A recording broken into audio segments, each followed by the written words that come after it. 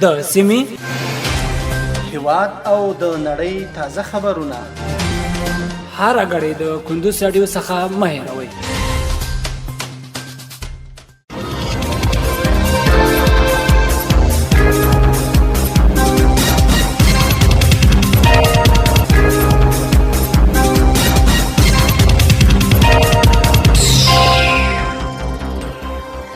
سلامونه د کندوز رادیو درنو اوریدونکو ستړي مشئ په ماړم د کندوز رادیو څخه د دې ساعت تازه او مهم وروستۍ خبرونه ته نن یکشنبه د سرطان یا د چنګاښ د میاشتې لسمه د 2023 میلادي کال د جون د میاشتې د 28 نیټې سره سمون لري.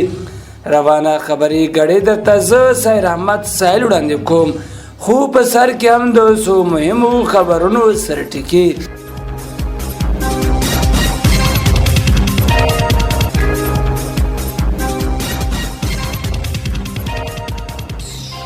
ذبیح الله مجاهد وایي د دوحې په ناسته کې د اسلامي امارات ګډون له هیڅ لوري سره د دښمنۍ په معنا نه بلکې له نړۍ سره د ښه تفاهم او ستونزو د حل په موخه دی.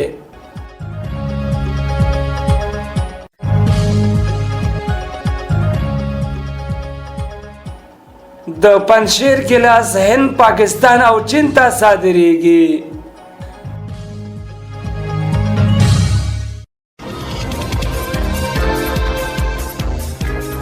سمنګان کې د ترافیکي پیښې له امله 7 تنو ته مرګ ژوبله اوښته.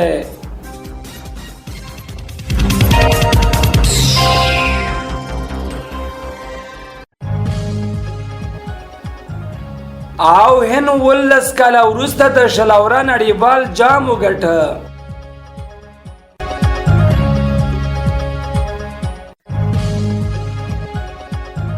اوس هم بشپړ خبرونه. ذبیح الله مجاهد وایي د دوحې په ناسته کې د اسلامي امارات ګډون له هیڅ لوري سره دښمنۍ په معنا نه بلکې له نړۍ سره د ښه تفاهم او ستونزو د حل په موخه دی. د اسلامي امارات ویان ذبیح الله مجاهد چې پرونی پلازمینه کابل کې د دوحې د راتلونکي ناستې په تړاو رسنیو ته معلومات ورکول ویل چې د دوحې په ناسته کې د اسلامي امارات د پلاوي ګډون له هیڅ لوري سره د دښمنۍ په معنا نه بلکې له نړۍ سره د ښه تفاهم او ستونزو د حل په موخه دی. مجاهد زیاته کړه چې په دې غونډه کې د اسلامي امارات پلاوي تمرکز به تر ډیره بریده پر دې وي چې د افغانستان د ستونزو د حل په اړه د غونډې له ګډونوال سره د افغانانو واضح پیغام شریک کړي.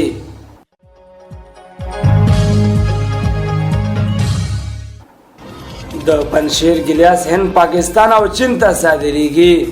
د پنجشیر د کرنې اوبو لګولو مالدارۍ ریاست مسؤلینو په دغه ولایت کې د ګیلاس میوې د حاصلاتو د ډیروالي خبر ورکړی دی.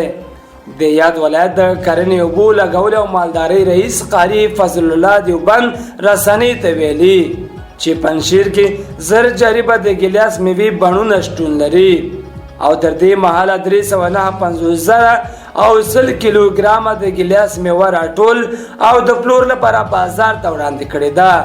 نوموړي زیاته کړې چې سږکال به د ګیلاس میوې حاصلات چین، هند او پاکستان ته هم صادر شي.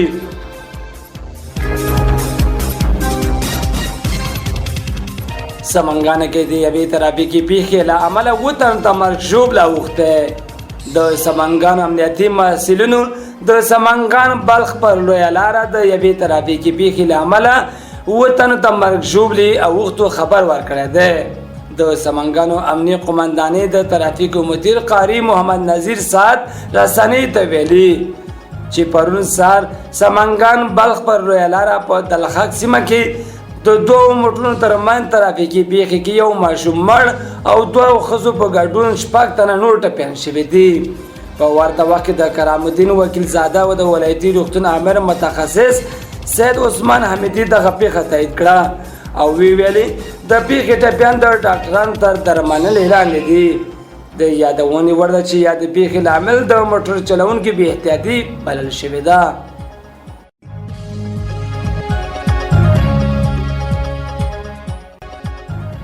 او هند 19 کاله وروسته شلاورا نړیوال جام وګټه. د هند کرکټ ملي لوبډلې شلاورا سیالي نړیوال جام پایلوبه کې سویلي افریقا ته ماته ورکړه او 19 کاله وروسته یې دویم ځل لپاره نړیوال جام وګټه. هند پایلوبه کې سویلي افریقا ته په 7 منډو ماته ورکړه. که څه هم دغه سیالۍ کې تر 14 اوره سویلي افریقا مخکښه وه، خو د هند توپ اچونه او ډګر ساتونکي ښکلې لوبه وکړه او بریا یې خپله کړه. سویلي افریقا کرکټ ملي لوبډلې دا لومړی ځل و چې د نړیوال جام پایلوبې ته وتلې وه.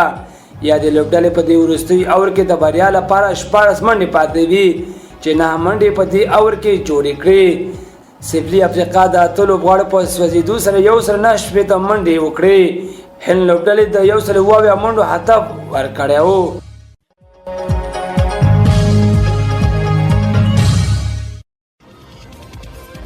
درنو اوریدونکو، په خبري غړۍ کې راټول شوي مطالب هم دومره ول. تر بلې خبري غړۍ لوی العمل شه.